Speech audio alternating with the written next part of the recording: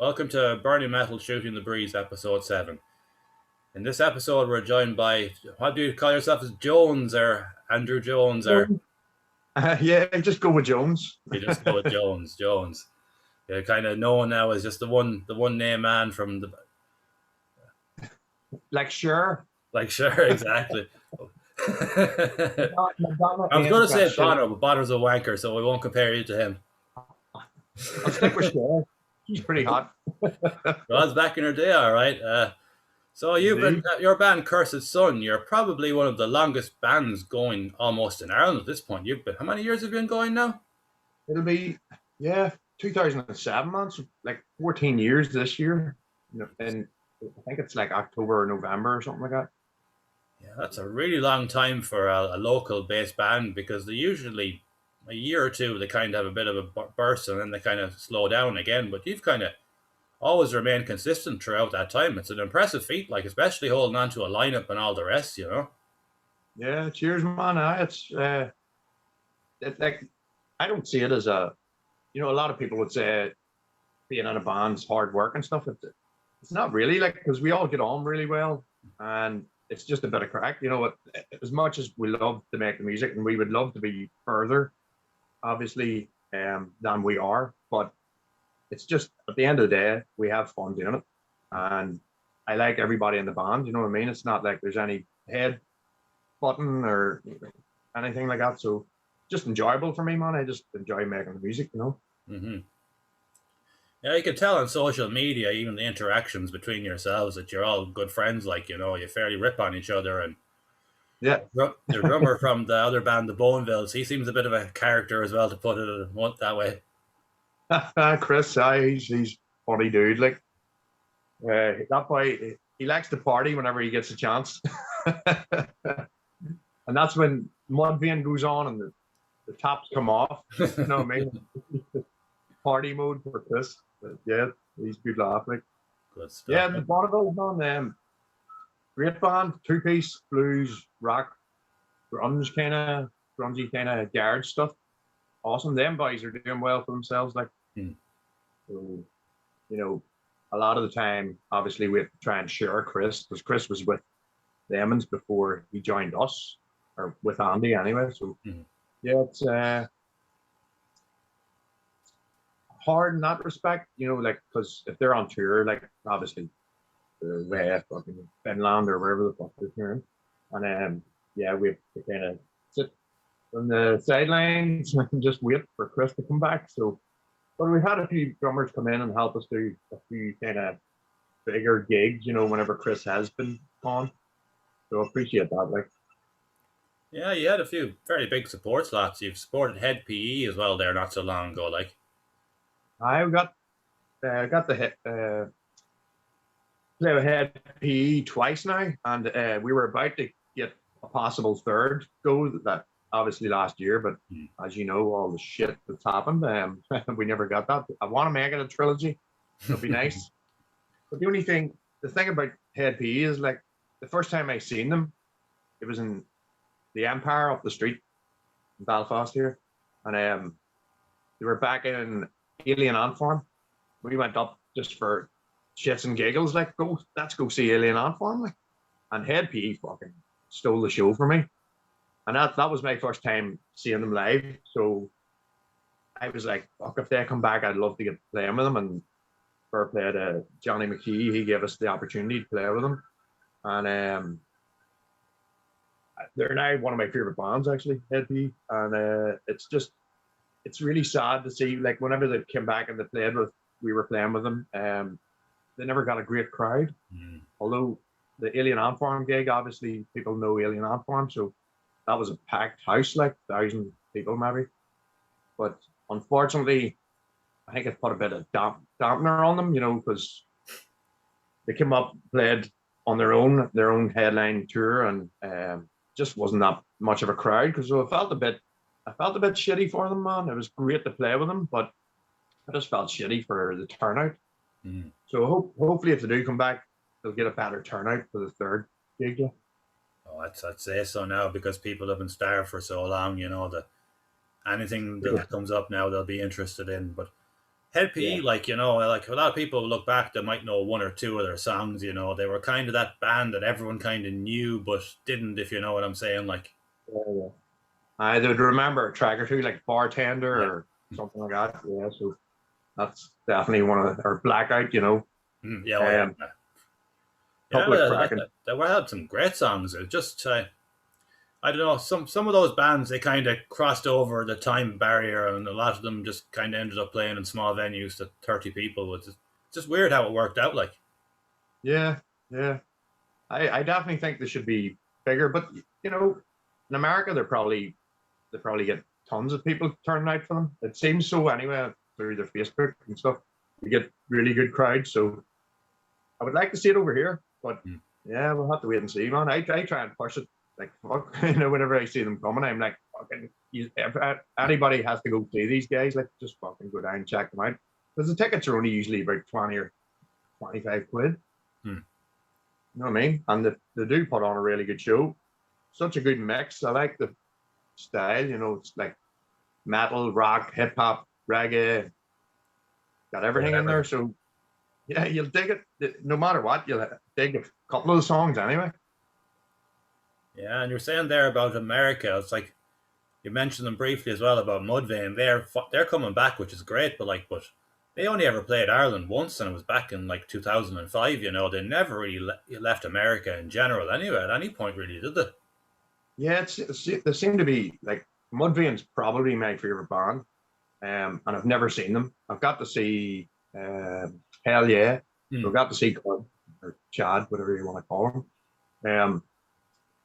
But yeah, I would love to see Mudvayne. But yeah, you're right. They don't seem to. They're one of them bands just tour America. And that's it. That's what they seem to have done back in the day. And it seems to be happening again.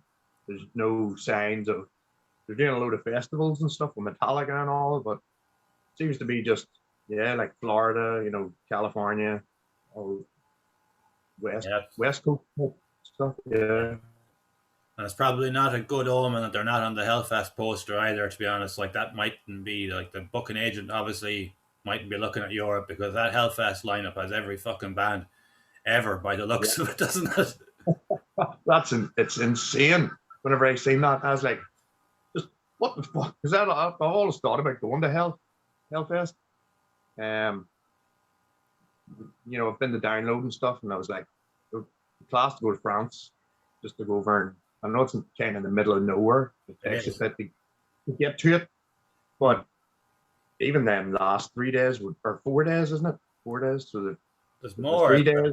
It's seven in all, but it's not all together. There's one weekend that's sold out from the Yeah, previous years, and then there's a new 4 day one that's the week after, like yeah, yeah. So it's Friday, Saturday, Sunday, then 3 days off. Thursday, Friday, Saturday, Sunday Thursday. again.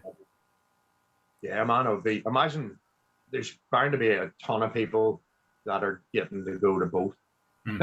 You may as well if you're already there. You might as well Get just. that extra. Yeah, just To stay. be honest with you, man, I would hate to go to that festival. That lineup would piss me off all weekend. That's true. The clashes Yeah, would be insane. The only way to do it is pick and choose and make sure you fucking stick to it, or else you do half a band each. You know what I mean? Like half. Go see the start of one band, go to the end of the other band, and then vice versa. Just keep doing that. Which is always, it's cool enough. Yeah, I've seen a lot of bands clash, but you maybe get to see the last two songs of a band that you wanted to see, but at least you got to see them. hmm. Yeah. I don't know. People say there's no such thing as a lineup that's too good, but I don't know. I think that lineup is just a bit too good because I don't know. I prefer to go to something like Bloodstock when you've got the bands are going to be very limited and clashing, and you're very close to each stage, like so you can, as you say, you can catch half and half, like, and when the actual headliners are playing on the main stage, there's no other stages on at the time, like so. Yeah. So they've done it well in that regard, like. But anyways, back to Cursed Sun. You've got close to playing Bloodstock a few times yourself, but unfortunately, it hasn't quite materialized yet. Yeah, man. It's a bit of a pain in the ass. um, yeah, I got to the finals 3 times now, and not to the masses. But yeah, it's just one of those things. I don't know, man. Especially our the crowd reaction. I believe we probably got better than most of the bands, and still we didn't get the opportunity. So down to whenever it comes down to just one guy in the finals, I'm not sure if that's the right way. No, because like you're going through all the rounds and there's three judges, and Mm. then it comes to the final and it's just one guy's opinion. You know, if all it takes is that this guy is, I don't like that music, but I prefer this band, and the other band may or may not be better or have played better than you that night. But I think it should be another two of the judges from before with the guy, and I think they all should maybe chip in a bit of an opinion, but that's just me. Yeah, I think a lot of it is. I think I don't know. I don't. Can't speak for Simon Hall personally, but I think when it comes to Heat, he probably has an idea of what kind of a sound he wants from a band. I think because they've got to mix up the dynamic, and when he could have done maybe 10 finals in the UK at that point, and he could have similar sounding bands, and he might say for example, I can't think of a band that won recently off the top of my head because my memory's shit, but he probably could have just heard this band and just like a few years ago when the Republic won 10 ton slug, like they were knocked out early on and they got the wild card thing and they got back in again and ended up winning it.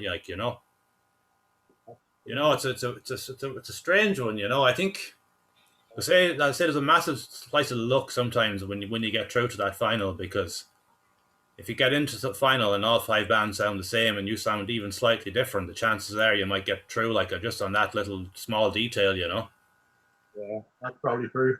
Um, I think after getting to the final three times, Phil, we should get a wild card to go straight to Bloodstock. Or at Yeah. least the Jägermeister stage, at least, or something at this point. Jack, give us a bit of something. But Yeah. the band itself, another member you have in the band, Steve, he's a very experienced musician as well. He's been in bands around the north for forever, hasn't he, really? Yeah, man. As far as as long as I've known Steve, he's been in 50 bands.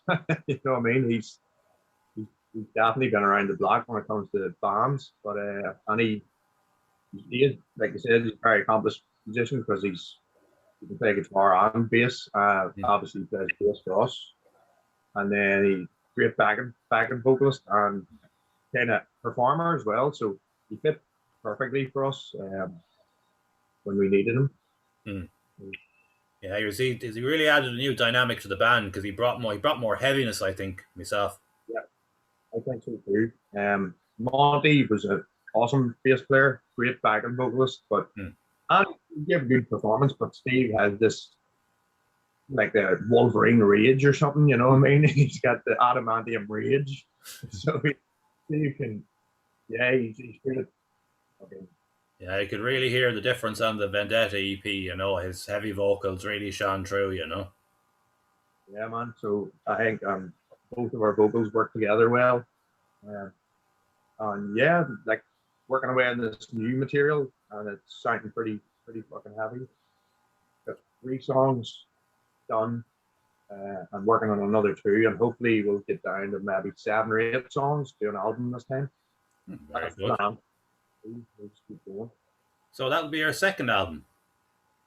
That'll be we done premonitions back in like I think we done our first two EPs within about a year of each other, and then I think it was 2009 or 10 we released premonitions. So that was two EPs and an album in the first like 3 or 4 years of the band, and then after that we what happened with the album was so we kind of stopped gigging for a full year to write music, and I think that was a bad move on our part because we had gained a bit of momentum.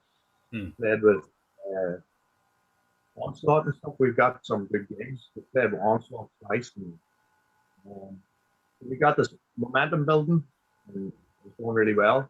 But we took that year out, and instead of doing the odd gig, which we should have done to keep the name out there, we kind of just stopped everything and just they concentrated on the album. Hmm. Then when we released the album, we had to that whole rejection, like we had to fucking build it right back up again, which Hmm. I'd say back up, you know what I mean, which is unfortunate. So, yeah.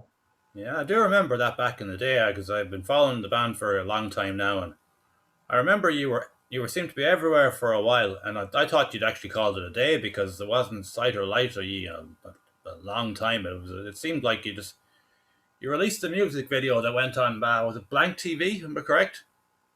Right, yeah, yeah. Whatever Yeah, happened yeah. to that? The video that got the high plays on Blank TV, and then you just kind of I didn't know what the hell had happened to you. I thought, man, the fucking other one's gone. It seemed like that, man. I swear to God, like, yeah, that was great. Like getting that on blank TV. We got like, loads of thousands of views on that video, Hmm. and now I don't think we can even find it. We have our other version on our YouTube channel. Like, there Hmm. was a song called "Released." Um, yeah, I, I think we tried any of our next videos that we completed after that. We tried to find that place again, try and maybe get them thousands of views, but couldn't never find it again. So I think I'm guessing somebody just took it down, put the site down or I the think YouTube channel. an awful lot of them old YouTube channels have been nailed for copyright over the last few years. Though. Ah, right. Yeah, I remember there was a load of them. Like there was one that was Doomed and Stone, I think it was called as well too. Different vibe altogether, but it was thousands of videos on it. And then all of a sudden, the whole copyright thing got really kicked into gear on YouTube, and the whole lot was just lost. Yeah. So that's probably what happened to that because a lot of those channels were on it. They were making money off other people's content, and they were probably cutting a few corners here and there. Let's put it that way. That sounds about right. You're not allowed to do things like that anymore. But I was for sure. Well, knock on one of your newer songs, "Replicant," and give people a listen to it.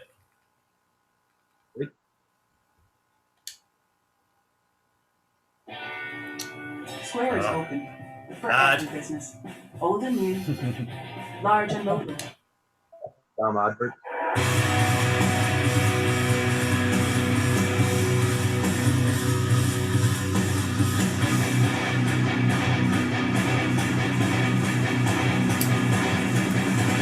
Looking up from the mirror, what do I see in front of me? I'm obsessed by this mirror, another side of me. How do you feel? How does it feel? How do you feel? Is this a death? 'Cause I am real. You are mine, and I am yours. It's my design. You want me, and now I'm told this burning desire. Limit my time. Search and kill to retire. You are mine. Yes, you are mine.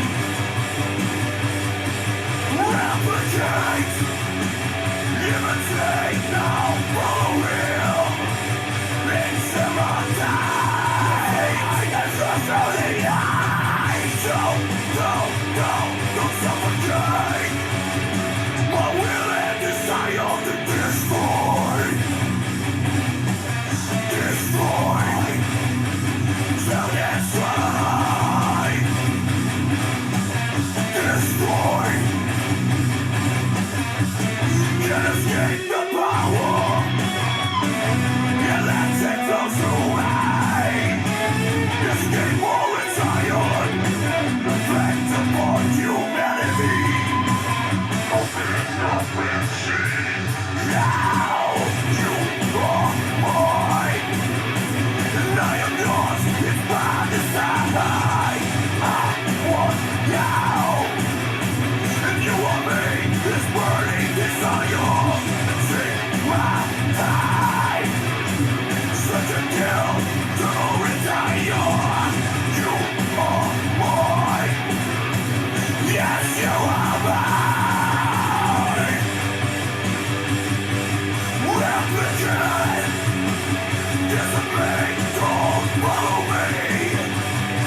interrogate your face through the eyes. Don't suffocate this perfect desire. Destroy. Destroy. Destroy. Strong as good, let's hit me on nerve. You're the turn to turn this life around. You can be a bugaboo. Don't you trust, let them surround you. Let the middle block them out. Keep your vision clear, we'll blur the line. Destroy the black man with the light. Shine so bright, you fucking deserve this life. You deserve this fucking life. You deserve it. How does it feel? How do you feel? How does it breathe? How does it feel to watch you burn? Turn around and face your future self. Can you tell the difference? What if I stole your life and soul? Can you tell the difference? What if I took your life away? Can you tell the difference? Oh, well, I'll take it.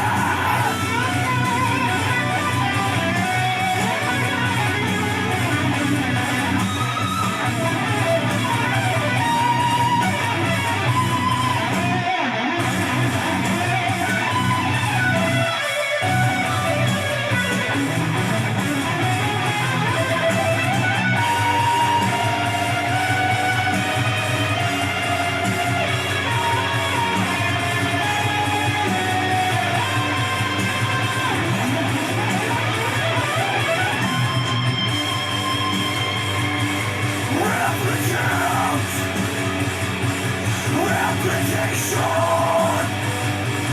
desolate the replicants, desolate annihilation.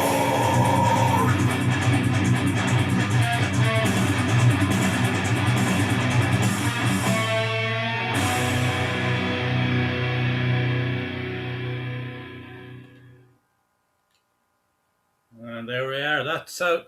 The EP is out now on Southern Strike Records, yeah? Yep, indeed. And everywhere, you know, Spotify, YouTube, all Oh, that, all the good shit. yeah, it's definitely. I don't know. I personally, I think it's your best work to date. That EP now. That was a fucking great EP, and I don't know. It was a lot more direct. I think you kind of stuck to a structure throughout. Like sometimes you could go a bit. Like the previous one, you had an acoustic version of a song and whatnot. Hidden track. Yeah, the little hidden track. No, it was a great release as well. But I just think he kind of stepped it up a few gears with this one in particular. Yeah, I think so too, man. And hopefully we're, sticking that kind of similar formula. These, like I said, 3 songs complete and 2 on the go as well. And I think that it's just as fucking good as them, the last 4 tracks, Very good, and you maximise use of the lockdown for the Fallen City video as well too. Yes. That's it, man. I the girlfriend got me like what do you call it? One of them fucking sticks that you put your camera on. Yeah, selfie stick or whatever it's called. Yeah. Yeah, which but this was a particular one that you can move about and it doesn't shake as much, and it's got like a stabilizer on it. So I thought, well, you're allowed to go for walks. I was walking around the middle of an eerie Belfast city at 6 a.m. in the morning, with nobody about but the birds. You know what I mean? So it was pretty strange. You met the odd person about, and they were looking at you because you're filming yourself. white contacts in, the hood up, and the snoot over my face, and oh, here we go. The fucking nutcases right in Belfast tonight. So, yeah, I enjoyed doing it, man.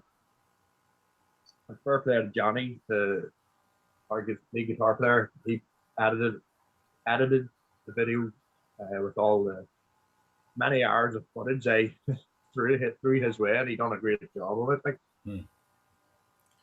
yeah, you're one of the few bands to actually maximize that whole lockdown, I thought, because that was a golden opportunity for some band to make a really weird dystopian type video, you know, even if they just got somewhere in a city in the morning and just didn't even have their set up amps and stuff, but didn't actually plug in the guitars or whatever.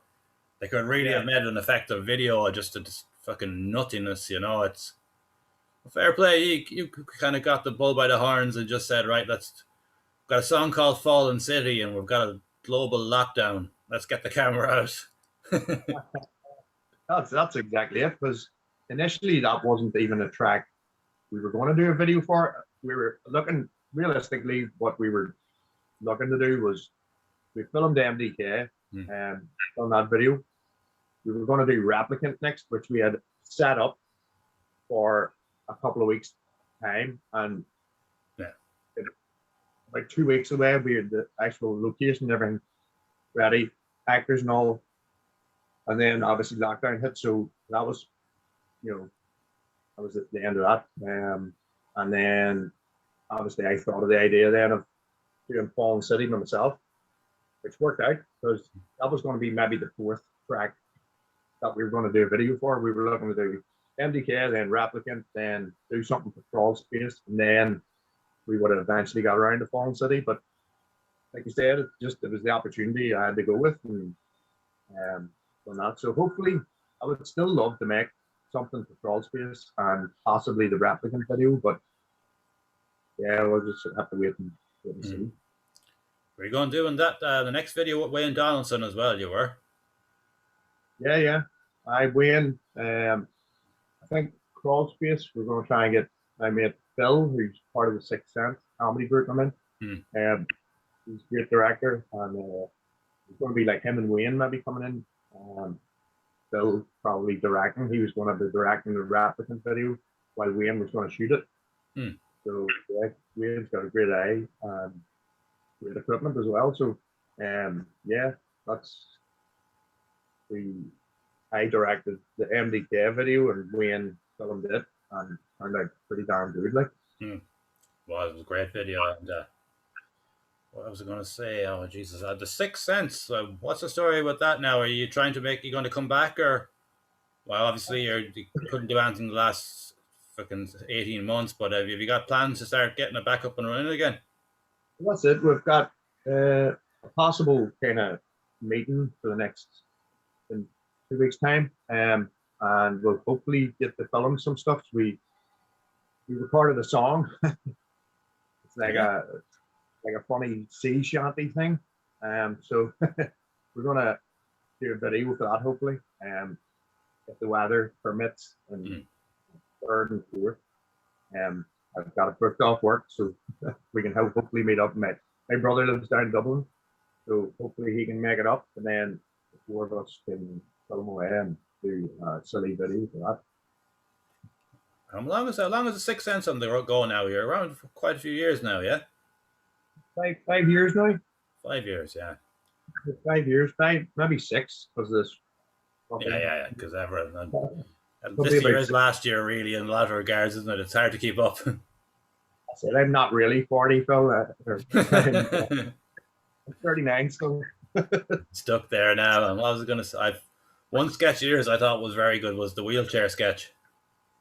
Everybody talked about the wheelchair sketch, man. That came out of. We were coming home from filming another sketch one day, and me and Phil, he was driving. There's just two of us in the car, and we came up to the traffic lights, and we, for some random reason, we kind of just started doing that fucking photo thing, and then we thought of the idea, and we actually went and filmed it the next day. We were like, "Fuck it, let's go film it while it's fresh in our heads," and we did, and it turned out pretty good. It's got 47,000 views on Jesus. Facebook. Yeah, pretty No. good. Well, no, whatever happens with the Sixth Sense down the line, you'll always have that big one Exactly that that. kind of got over in a big way, you know. It's strange because we actually had a sketch on YouTube on our YouTube channel, and it was called Sex Phone Call or something like that. We took it down now, but because our Steve, who was in it, his real mum is in it as well, and it's like about him phoning up a the sex call number or whatever.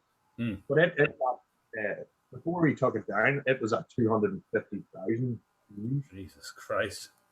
And it's like, fuck, if we would, I'd say it would have reached about 1 million by now, like, but he took it down because he didn't want his kids to see it.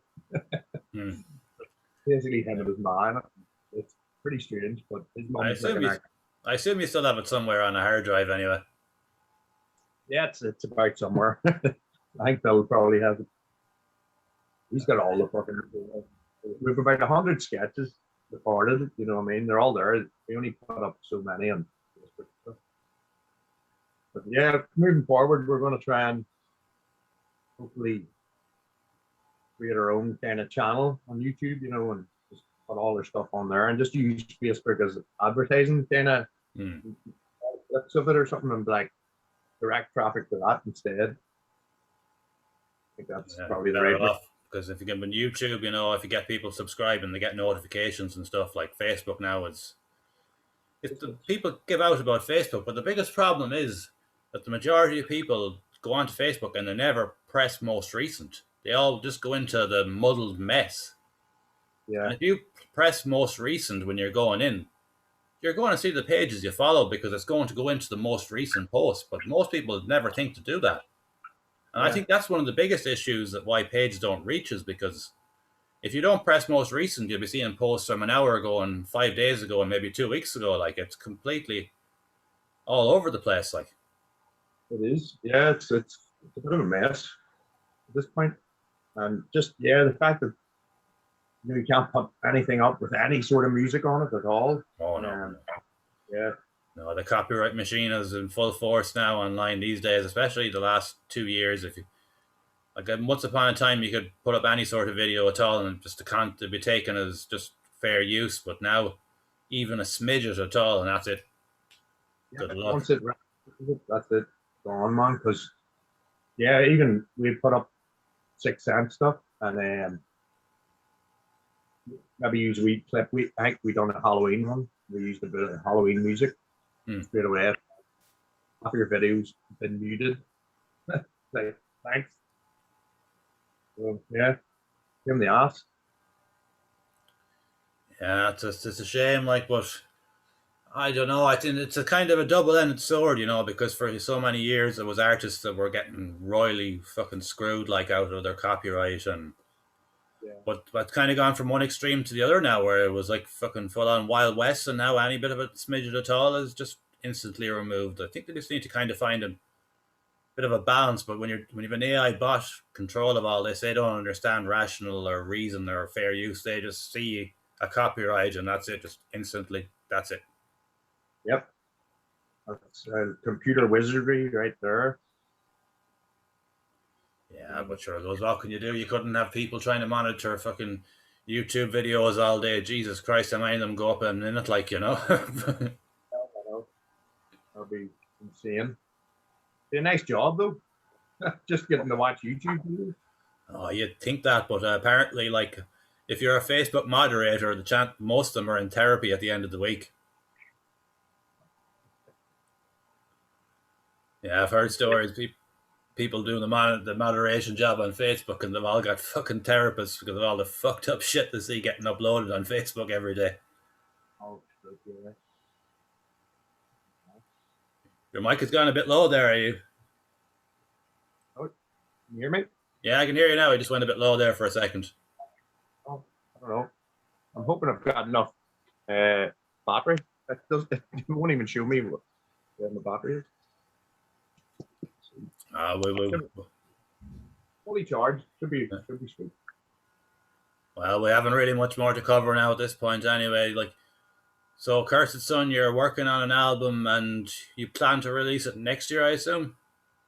Yeah, well, depending on how quickly we get through these next few songs, like a December release would be pretty cool. But if not, yeah, early next year, and then try and just fucking get as many decent gigs as possible off of that. Yeah, man, miss gigging like. Yeah, I think now it's especially when it comes to up in Belfast. I think by September, realistically, there shouldn't be any issues after that. Really. Yeah, I'm thinking the same. I would love the Battle of the Masses gig to go ahead, but like you said, tough one to call because it's like 3 weeks away. Yeah, it's like Bloodstock as well. Like I'm still hoping it'll go ahead, but it's the middle of August, so it's still possible. But I'm just gonna have to wait and see on the 21st or whatever it is of July, and then we'll know Yep, for sure. Like I'm not booking any buses or flights or anything yet because there just be no point. that's right. But they're doing that download pilot thing at the That minute. was this weekend. That's happening right now, I think. Yeah, it was this weekend. Yeah, apparently got pissed out with rain. Really, Yeah. brown load, as we used to call it. Oh God. I Or went. I dry. remember I went there in 2012, man, and Jesus Christ, it was just ridiculous, man. It was Yeah, fuck, man. they need to push the download times back about a month up into July or something because it just seems to happen every time. Every time we've been, I think we've done 3 years in a row, like maybe 2013, 14, and 15 or something like that. Hmm. Probably 14, 15, 16. Hmm. And then every year, yep, without a doubt, pushed on. So Yeah, it's yeah, I was going to it back in the day, 2005 upwards to 2012. I think there was a year or two off in between, but other than 2012, we were always got great weather. I don't know. It seems to be since 2012. It seems to be a fucking recurring theme that Download will get absolutely pissed on. Like, yep. The only saving grace for us when we were there, lucky enough for our drummer Chris, he got to there's a wee B&B kind of place. Just we get to camp in their grounds, and then they've got their own showers and stuff, and their own fucking wee place for food and everything, and you can stop in there at the end of the night and have a few pints once the gig and all's over. So we kind of lucked out that way. We got to camp in their grounds with maybe say 100 people in this big massive field, and everybody's just so fucking nice. So yeah, we lucked out in that respect. So we didn't have to go into the madness of the download fucking camping sites. yeah, I remember. I remember back in 2012, it pissed on completely, and then the sun came out during the weekend, and by Sunday the ground was starting to dry out. But that made it basically like super endurance walking because your feet were sinking down into the ground and you were pulling them back up again. Like, I swear to God, man, I used to do a lot of exercises back in those days, and there was an exercise class the Wednesday after I came back. I've never found it as easy in my life. I think I almost had stomach muscles from fucking lifting my feet out of the ground at Download for fucking 2 days. Like, Yeah, legs on you like Schwarzenegger. oh, for fuck's sake, man, it was. Yeah, and another thing as well, you've got we kind of share an interest in is you collect a lot of films and toys and stuff. You've gotten big into collecting Master of the Universe stuff now. Yeah, just started again, man. Because I'll tell you a funny story. When I was a kid, me and my brother had my two brothers. Like they would collect Thundercats, fucking Ghostbusters, Star Wars stuff. We had all loads of Star Wars stuff. And then I was He-Man, so I had a ton of He-Man toys. We had this big yellow bucket, fucking massive, full of all our toys, and we used to come home from school and just open up. Where's the yellow bucket? Open up the bucket, play with the toys. Came home one day and was like, fucking right, let's go play with the toys. Went up, couldn't find the yellow bucket anywhere. My ma had sold all our toys for 40 quid to my Uncle Mickey. Every fucking toy. and it broke our hearts. So I had to go to my cousin's house to play with my toys. Oh. It was brutal. So yeah, that's kind of a reason why I was like, I still love the He-Man shit, like, you know what I mean? So I think you're suffering from post-traumatic stress disorder, man, from that, and you're just getting them all back, or you'll never be fucking right again. this is a turning point in my life. Like, I have to collect them all, and then go. I'm all right. I don't need to tell that story ever again. I think it's when you get around the 40 mark, the midlife crisis kicks in. I've like fucking 40 consoles here and Star Wars figures and whatnot. Ships, all sorts. It's kind of when you get to the point in life when you're kind of settled in one spot and you're like, right, I need to get all this stuff back again. Just to have. Yeah, it's nice. I like it. Like, I'm enjoying, finding the wee bargains, or whenever they come, come through the post and you're like, fucking nice. I'm really enjoying collecting the old school shit. So once I do all the He-Man stuff, I'll maybe go on to the Turtles or something. I don't think I can do the stuff because there's a lot of that. Yeah, that turtle stuff was expensive though, man. It's not cheap at all. Like, Really? yeah, I remember a few years ago, I was looking, and if you had a complete Leonardo, you're looking at like £150 sterling for him at one point. I have some of the toys still, or the turtle stuff. So yeah, I'll see. I'll maybe just look at it. Maybe I won't pay anything at 150 quid. Yeah, I have an original 1990 Michelangelo, so I'm kind of happy enough with that. He was always one of my favorites. So yeah. That's class, man. It's like, you were saying about all your consoles. I've got the Raspberry Pi with shit ton of old school games on it, and I might actually, once we're done here, I might actually stick it on. I haven't played it in a while. I might play some old school Turtles or something. Yeah, Turtles in Time is a great one. But do you remember the NES one? Oh, deadly. God, that was hard. Oh, fucking deadly, man. Still deadly. Still so hard. I actually have the Spectrum 128K box version in there in the press, like. Awesome. I only found it there when about 2 or 3 weeks ago. To cut a long story short, I had to do up my sister's. She doesn't live here anymore, but she said to me, fix up my room like you've got when they're at nothing. And in a drawer, I found these games, like a bag of them. I convinced they were gone years, like Turtles box, Batman the movie, loads of them. I was fucking delighted to. So as far as I'm concerned, they were gone. Like, Batman the movie, great game. Brilliant game. Up until Arkham Asylum, it's the best one. You know what's really good? The Batman Returns.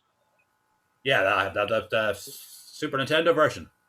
Oh yeah, it's kind of like Streets of Rage style. Mm-hmm. I fucking thought that was cracker. See, whenever you could grab two clowns and just slam their heads to the guy. that was always a sweet moment. Yeah, and unfortunately, there a few years ago, it's an emulation, but I played the Mega CD one that looked so amazing back in the day, and I was just like, oh, I should have left that as the ideology more than anything, because it didn't age well.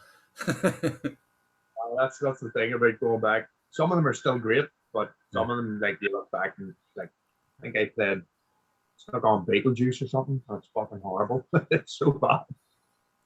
And also, even as much as I love it, the old Ghostbusters game, was that Spectrum?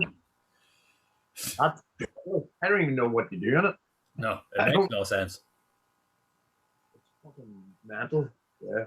No, I watched a video on that once, how you actually play it, but it's fucking nearly impossible to finish because there's some glitch in it that makes it pretty much an impossible game to finish. I don't know, I can't remember the exact details, but you had to do all these things and then wait for the Gozer logo to come up, and unless you had all these things done in this time frame, it was nigh on impossible basically, and you just had to double back over and over. Then you'd run out of petrol, and it was just a heartache. Like, people, like, I think it was probably on the Angry Video Game Nerd, I've probably seen it through. That's where all those old games get ripped up. Like, oh man, the nostalgia's great. I love. like I said, I probably will stick that on that after this. And did you actually play the Ghostbusters one, the one that came out a few years ago on the 360 and the PlayStation 3? Excellent. That was actually the script for the original Ghostbusters 3. That's right. Yeah, Yeah, yeah. And Aykroyd and that wrote that as the script, and it never materialized, so they just turned it into a game instead. that's what people are calling, part three, like basically. Yeah, hopefully So, now this whole new Ghostbusters reboot, when it eventually gets released, will fix the damage that was done, should I say. I'm not yeah, touching that, man. I'm not touching Ghostbusters 2016. I have never watched it, and I never will. man, I wish I was. It's in my head. Like I've seen it, and it took away a wee bit of my soul. Oh God, it's a bit like that episode of South Park where when they done the Indiana Jones one, and they're all just fucking depressed everywhere, and they're crying and having posty. Oh yeah, just no. Yeah, it was brutal. Like just looked like the CGI or the special effects, shall we say, in Ghostbusters, the original, so much better than the CGI and stuff that was in that new one. It's like cartoon kind of stuff. It just didn't work, and the jokes were so fucking. It tried way too hard. Like just how smooth and effortless it was to be funny in Ghostbusters, the original. It was just just the way them guys got on together and stuff. You can't recreate that type of camaraderie and energy. Like, No, that's why with the new one now with the kids, they might have a good idea with that. Just start it up again. Like, yeah, I hope so. And Paul Rudd's always good, so hopefully, he's good on it. And then we get to see Bill Murray and Dan Aykroyd back. mm-hmm. Like I remember, like yourself, you used to work in a cinema, didn't you? Still do, yeah. You still do. Myself and I worked in one for years up until this whole lockdown, and we used to be always coming up with film script ideas, and we came up with a great one day. We kind of created this new Ghostbusters, but we had the old lads in it, but as mentors. We thought your man from The Hangover from the glasses, he'd be kind of perfect for the Egon type role. And we had Bradley Cooper in the Fakeman type role, and who else had we cast in it? Jesus, who else had we come up with this great idea one day anyway. Just we kind of thought that the Hangover boys in particular, they had a good dynamic, they'd be nearly a good new Ghostbusters with them kind of in the background, and there was a moment there where Seth Rogen, I think, was attached to be in that type of film where it was going to be two dudes, two girls, and they were going to be mentored possibly by the originals. Right. But yeah, that could have been something. But yeah, went to the west side, I guess. Sure, look at that. So I think that's the case with a lot of films over the last few years, especially with Hollywood now. It's a case of that people say there's no originality left in Hollywood. That's completely untrue. Like if you watch the film that won the Best Actor award, it's recently released, The Father with Anthony Hopkins. Like, have you seen that? I haven't seen it yet. No. Fucking masterpiece, man. Have you seen the film? No, I won't say. Actually, I was going to say something else. I'll give it a spoiler. But The Father with Anthony Hopkins. Watch that out. Watch that for sure, man. Excellent. But the thing with Hollywood now is, unless from working in a cinema yourself, that all these original concepts were released, but nobody ever wanted to see them. Yeah. Because they weren't marketable names. That's it. They aren't blockbusters, so called. Yeah. It's like, well, yeah, if you want original stuff, like there's a place up here, QFT, Queen's Film Theatre. They play a lot more niche kind of stuff, or more stuff like The Father and stuff like that. You know what I mean? So if you go to a place like that, you're going to see some top quality fucking filmmaking. Oh yeah, but in a city now you'll have places like that. But generally speaking, in a cinema in around a smaller town, they're only going to get the Bad Boys and the Fast and the Furious and all the rest, because they know that I know myself, we tried bringing in all the art house films, and absolute waste of time, man. If we got some films like get 10 people in the entire week, and then we'd have to say ring the distributor and say, look, we've got 10 people in 7 days. We have to drop this. Yeah, that's it. You have to cater for the masses, I guess. Yeah, but sure, look at. Sure, we'll leave it at that for now. And so, your cursed son, you're on. Of course, you're on Facebook, Twitter, and Instagram, YouTube, Bandcamp, all the rest. Same with the Sixth Sense, yeah. And the same with the Sixth Sense, yeah. What's the Sixth Sense? The sick, Everybody, sick, not the six, the sick. the sick. Yeah, the Sixth sick. Sense. Yeah. You're not a Bruce Willis parody. No, Cool. not a lot. Anyway, Hi, guys. Preston, cheers for coming on, man. What? Cheers for coming on, man. No problem, man. Thanks for having me. No bother, man. Cheers. Nice one.